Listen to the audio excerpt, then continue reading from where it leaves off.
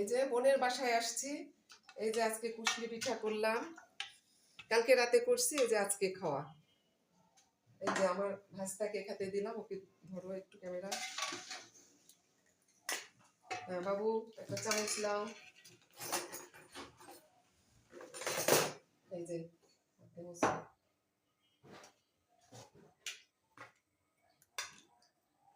এই যে কেনকে দিলাম।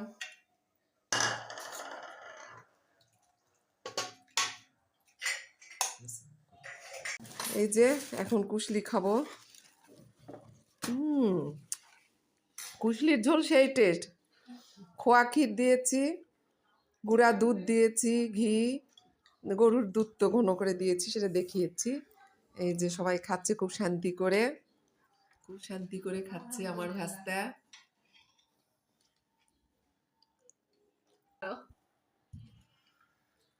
মাছটা খুব সুন্দর হয়েছে, মাংসটাও ভালো হয়েছে।